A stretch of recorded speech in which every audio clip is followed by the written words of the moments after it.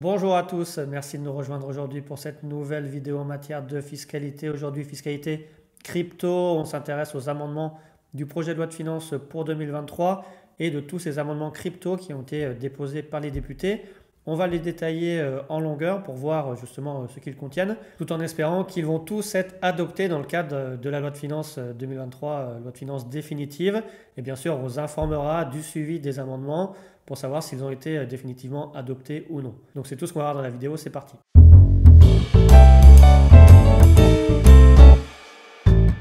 Alors effectivement, comme d'habitude, avant de commencer, abonnez-vous, likez, partagez au plus grand nombre pour qu'on vous apporte toujours plus d'informations de manière gratuite en matière de fiscalité et notamment sur la fiscalité des crypto-monnaies. Et aujourd'hui, on va pouvoir partir derrière les slides pour détailler les amendements et sur les amendements les plus complexes, avoir des schémas explicatifs. Alors effectivement, on va commencer par le premier amendement sur le report des moins-values qui va intéresser les détenteurs ou ex-détenteurs de Luna et également tous ceux qui vivent mal le bear market, puisqu'il est redéposé un amendement permettant le report des moins-values sur plusieurs années, et là en l'occurrence sur 3 ans, puisqu'on sait qu'actuellement les moins-values que vous faites sur l'année ne sont reportables que sur vos plus-values de la même année, et que si à la fin de l'année vous calculez une moins-value nette, vous ne pouvez pas la reporter sur les exercices suivants, contrairement à ce qui existe en matière de plus-value mobilière et de moins-value mobilière. Donc on a ce nouvel amendement qui vient reprendre les demandes de savoir d'avoir un report des moins-values constatées sur 3 ans. Donc ce qui vous permettrait de reporter vos moins-values des 3 dernières années sur les plus-values de l'année en cours. Ou alors, si vous avez une moins-value du fait de l'imputation de vos moins-values sur l'année sur toutes vos plus-values de l'année, cette moins-value nette, finalement, pourra être reportée sur les 3 années suivantes. Alors pour ce régime, comme je l'ai dit, c'était déjà une proposition qui a été faite dans le cadre du projet de loi de finances pour 2022. Ça avait été rejeté puisque d'abord c'était un délai de report qui était prévu à 10 ans. Et de même, il y avait le rapporteur général de la commission, M. Laurent Saint-Martin, qui avait dit qu'effectivement, comme il y a déjà un régime d'optimisation fiscale sur les échanges crypto contre crypto, finalement, il ne voyait pas l'intérêt de permettre un report des moins-values sur les années suivantes. Donc il faudra voir si la position du gouvernement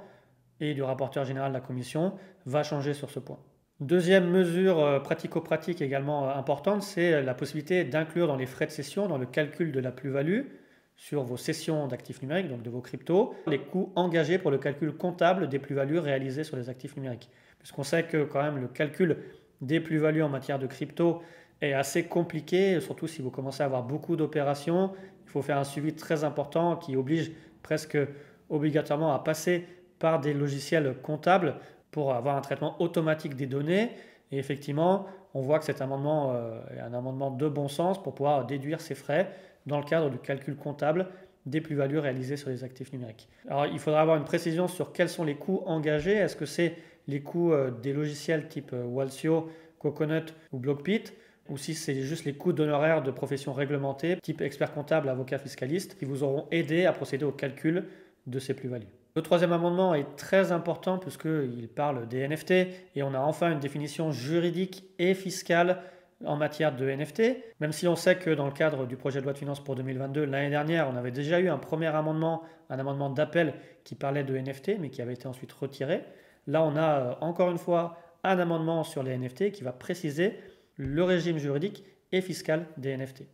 Puisqu'on a la création d'un nouvel article dans le Code général des impôts, ce 150 VH TER, qui donne une définition de ces jetons non fongibles, de ces NFT,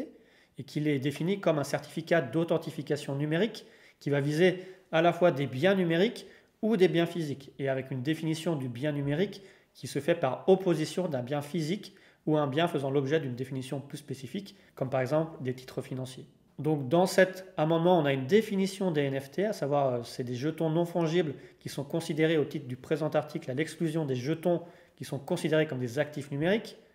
donc ce qu'on connaît déjà en matière de crypto. Et c'est tout bien incorporel et non fongible, donc là on insiste bien sur la non-fongibilité, qui représente sous forme numérique un ou plusieurs droits pouvant être émis, inscrits, conservés ou transférés au moyen d'un dispositif d'enregistrement électronique partagé permettant d'identifier directement ou indirectement le propriétaire du dit bien lorsque ce bien est numérique, en opposition aux biens physiques ou aux biens qui font l'objet d'une définition plus spécifique. Donc ce qui fait que quand on a un NFT, donc ce jeton non fongible qui répond à cette définition, qui contient un bien numérique, donc qui est un bien autre qu'un bien physique ou un bien qui a une définition plus spécifique comme un titre financier, dans ce cas-là, on retourne sur l'imposition du 150 VH bis, donc des actifs numériques qu'on connaît de manière classique. Par contre, si le bien qui est détenu dans ce NFT, donc dans ce jeton non fongible, n'est pas un bien numérique, dans ce cas-là, on va faire le régime fiscal du sous-jacent, donc de ce qui est contenu dans ce jeton non fongible. Et bien sûr, là encore, on a des définitions pour en matière de cession à titre onéreux. Et on ne parle pas notamment des cas de donation. Donc même si on a vu dans notre vidéo sur le rapport Persson et le futur de la fiscalité en matière de crypto-monnaie, on a vu que sur les NFT, il y a vraiment beaucoup de cas d'usage, ça permet à minima de pouvoir apporter certaines réponses et des réponses fiscales sur justement les cessions à titre onéreux de NFT, donc de ces jetons non fongibles. Donc si on veut reprendre en fait un explicatif sur la fiscalité des NFT qui devrait potentiellement apparaître si l'amendement est adopté, c'est-à-dire que si le NFT contient un bien numérique, donc par opposition à un bien physique ou un bien d'autre nature avec une définition spécifique, on rentre dans la définition des actifs numériques et on applique le 150 VH bis. Donc on va déclencher une cession imposable en cas de cession à titre onéreux contre la monnaie fiat, euro-dollar, donc on aura cette flat tax à 30%. Si on vend notre NFT qui contient un bien numérique contre de la crypto ou un NFT qui sont qualifiés comme actifs numériques, donc soit un NFT jeton non fongible qui contient un bien numérique, ou alors de la crypto qui est un actif numérique, type Bitcoin, Ethereum ou stablecoin, là bien sûr on rentre dans le sursis d'imposition, donc on n'a pas d'imposition. Même chose en cas d'achat, dans le cas contraire, si vous achetez un NFT en échangeant vos cryptos, vos stablecoins ou un NFT qui est un actif numérique, donc c'est-à-dire qui contient un bien numérique, dans ce cas-là vous n'allez pas déclencher d'imposition. Mais si le NFT contient un bien non numérique, donc un bien physique ou un bien qui a une définition spécifique, dans ce cas-là, on va regarder la fiscalité du sous-jacent. Donc par exemple, soit c'est un bien meuble, donc on va appliquer la fiscalité des biens meubles, et là, qu'on échange ce bien meuble contre de la monnaie fiat, euro-dollar, contre de la crypto, des stablecoins ou des NFT, que ce soit un NFT actif numérique avec un bien numérique ou un NFT avec un bien non numérique, dans ce cas-là, on a cette fiscalité du bien meuble avec les exonérations de cession inférieures à 5 000 € et des abattements de 5% par année ou de détention au-delà de la deuxième, et un taux d'imposition à 36,2%. Et si bien sûr c'est une œuvre d'art, dans ce cas-là on a le régime fiscal des œuvres d'art qui va s'appliquer également si on cède ce NFT contre de la monnaie fiat, euro, dollar, etc. ou de la crypto ou même un NFT qui serait lui-même actif numérique. Dans ce cas-là on a la taxe sur les objets et métaux précieux qui s'applique avec également exonération des cessions inférieures à 5 000 € et taux d'imposition 6,5%, CRDS inclus. Même si on peut également opter pour le régime des biens meubles. Par contre, la grosse limite, c'est que vu qu'on aura un jeton non fongible NFT avec des biens non numériques, dans ce cas-là, on ne rentre plus dans les conditions d'application du 150 VH bis du CGI, qui voudrait dire que si vous achetez des NFT qui ne contiennent pas un bien numérique, donc si vous achetez des NFT qui contiennent un bien physique ou un bien qui a une définition plus spécifique, dans ce cas-là, effectivement, dans le cadre de cet achat avec vos cryptos ou vos NFT bien numériques, vont déclencher une imposition, puisque vous ne serez plus dans les conditions de sursis d'échange crypto-crypto, actif numérique contre actif numérique. Donc c'était d'ailleurs cette limite qui avait été exposée dans le cadre du rapport Persson, où l'ex-député expliquait qu'il fallait avoir une catégorie juridique propre pour les NFT, mais que la contrepartie d'exclure les NFT de la catégorie actif numérique, ça veut dire qu'on ne pouvait plus bénéficier des sursis d'imposition. Et il prévoyait par contre que même si les NFT sortaient de la catégorie d'actifs numériques, ils pourraient quand même bénéficier du sursis d'imposition sur les échanges NFT contre actifs numériques, donc contre les autres crypto-actifs. Donc cette solution n'est pas prévue dans l'amendement, donc pour le moment on en reste sur la problématique de vos achats de NFT qui seraient considérés comme des biens non numériques, donc ils vont contenir des biens physiques ou des biens avec une définition spéciale et qui vont déclencher une imposition, mais peut-être qu'on aura une précision au titre de cette fiscalité dans le cadre des débats parlementaires et qui permettra peut-être d'avoir quand même un sursis d'imposition. Lorsque vous allez acheter des NFT qui sont sur des biens non numériques, donc qui contiennent des biens physiques ou des titres financiers par exemple, avec vos cryptos, Bitcoin, Ethereum, stablecoin, etc. ou alors même avec des NFT qui contiennent des biens numériques. Peut-être également la même chose si vous vendez ces NFT bien non numériques contre des cryptos actifs, stablecoin ou NFT actifs numériques. Donc on voit que c'est quand même pas si simple et qu'il faudra encore expliciter un peu plus le régime fiscal. Le quatrième amendement, c'est sur les dons d'actifs numériques et justement pour faciliter la mise en place de ces dons et la réception de certificats des organismes d'intérêt général et justement pour bénéficier des reçus fiscaux qui permettent de déduire de ces impôts une partie des dons effectués en actifs numériques aux associations et organismes d'intérêt général. Il est prévu qu'effectivement la valeur du don soit déterminée par la moyenne des 30 derniers cours journaliers qui précèdent la remise des actifs numériques par le donateur ou donateur. Ensuite, autre amendement très important en matière d'optimisation fiscale et de la possibilité de passer de l'économie crypto à l'économie réelle. Alors, on vous en parle déjà depuis un certain moment. Il y avait déjà eu des amendements en ce sens dans le cadre du projet de loi de finances pour 2022 l'année dernière. Là, on a 4 amendements avec un seul amendement qu'on va vous présenter et d'autres amendements de repli qui permettent de mettre en place des mécanismes spécifiques qui sont des mécanismes d'optimisation fiscale qui existent en matière de valeur mobilière et qui pourraient s'appliquer de manière similaire en matière de cryptoactifs. Donc là, sur cet amendement, finalement, on aurait la possibilité d'obtenir un report d'imposition des plus-values qu'on va constater dans le cadre de l'apport de ces actifs numériques, donc de ces cryptos, à une société, à l'impôt sur les sociétés qu'on va contrôler, dans les mêmes mécanismes qui existent en matière de valeur mobilière et prévus par l'article 150 OBTR du Code général des impôts.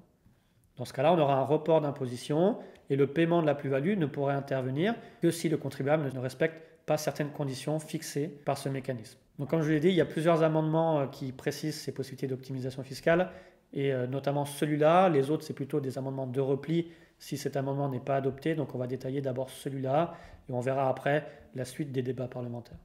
Donc le but, effectivement, c'est qu'un particulier puisse apporter ses cryptos, donc ses actifs numériques, puisqu'on parle d'un actif numérique, à une société. Dans ce cas-là, par principe, il y a un fait générateur d'imposition, donc il va constater une plus-value imposable s'il est gagnant. Et grâce à cet amendement, il devrait, au mieux d'avoir une imposition directement, bénéficier d'un report d'imposition sous conditions qui sont des conditions similaires à l'article 150 OBTR, même si on va voir qu'il y a des conditions plus restrictives. Puisque effectivement, dans le régime actuel, si un particulier va faire un apport de ses cryptos à une société, il va constater une plus-value imposable. Elle va être imposée à la flat tax, donc au taux de 30%, même si on rappelle qu'après le 1er janvier 2023, pour ces opérations, il y aura la possibilité d'opter pour le barème progressif. Donc ça sera pour l'impôt sur le revenu 2024, constatant les opérations 2023. Mais le but de ce nouveau régime, ça serait de se calquer sur ce 150 OBTR du CGI, qui veut qu'un particulier qui fait l'apport de titres à une société à l'IS qui va contrôler, va bénéficier lors de la constatation d'une plus-value d'un report d'imposition sous condition. Et ce qui va faire que pour un particulier qui a des cryptos, qui va vouloir faire un apport de ces cryptos, donc ces actifs numériques, à une société à l'IS, donc à l'impôt sur les sociétés, une société qui va contrôler,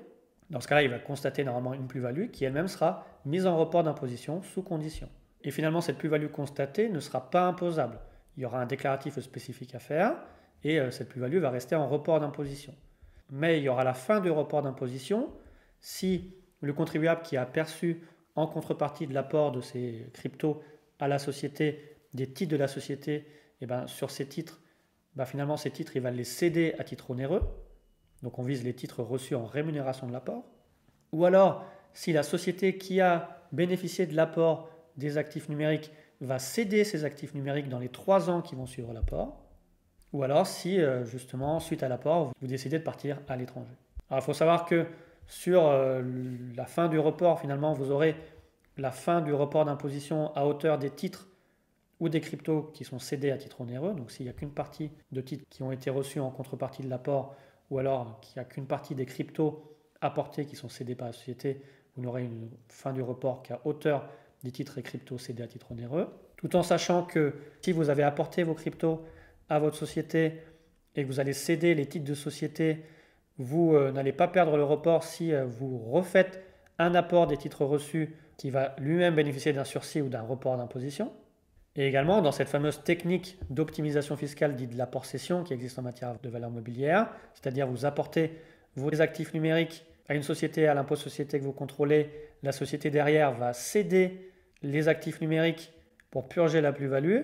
et normalement vous allez faire tomber le report d'imposition à titre personnel, sauf si finalement la société s'engage à réinvestir dans les 12 mois à compter de la cession, au moins 75% du produit de la cession dans une activité économique. Alors il y a plusieurs activités qui sont décrites. Ce n'est pas le but là de faire tout un inventaire des mesures, mais pour ceux qui pensent directement à l'immobilier, ça a été clairement indiqué comme quoi il n'est pas possible de réinvestir ce produit de cession dans l'immobilier à titre de gestion patrimoniale, puisque c'est également inapplicable dans le cadre du 150 OBTR. Par contre, il faut souligner effectivement qu'il y a une jurisprudence récente d'avril 2022 du Conseil d'État qui ouvre quand même la voie à une possibilité de réinvestissement dans une activité immobilière sous certaines conditions.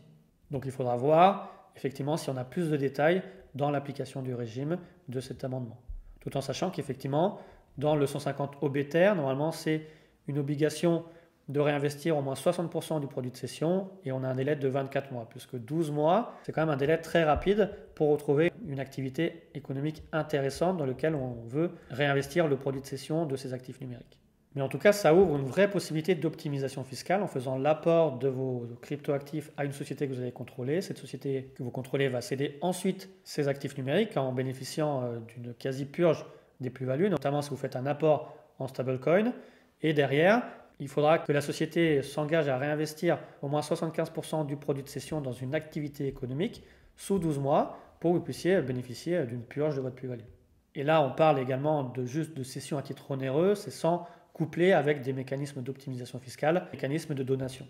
Alors ensuite, je ne vais pas détailler, c'est d'autres amendements de repli qui permettent également de bénéficier de reports d'imposition, notamment si vous vous engagez à réinvestir plus de 50% du montant de la plus-value nette, des prélèvements sociaux, la souscription en numéraire au capital ou à l'augmentation de capital de certaines sociétés.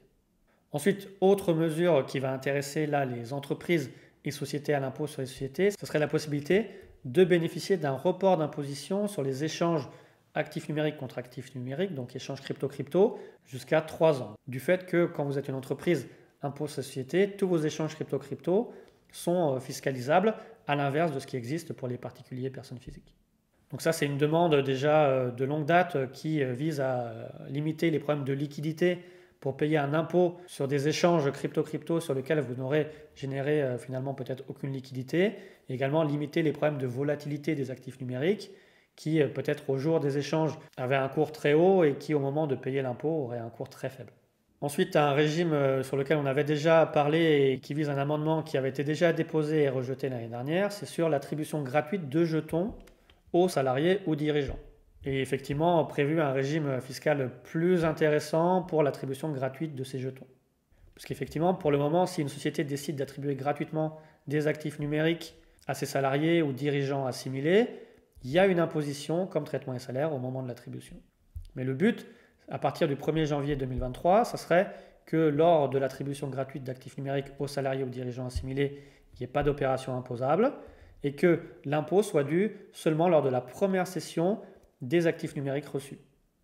Dans ce cas-là, on aurait une imposition comme traitement et salaire sur l'attribution gratuite d'actifs numériques qui serait d'une valeur nulle si les jetons ont été attribués avant la première mise en vente par l'émetteur,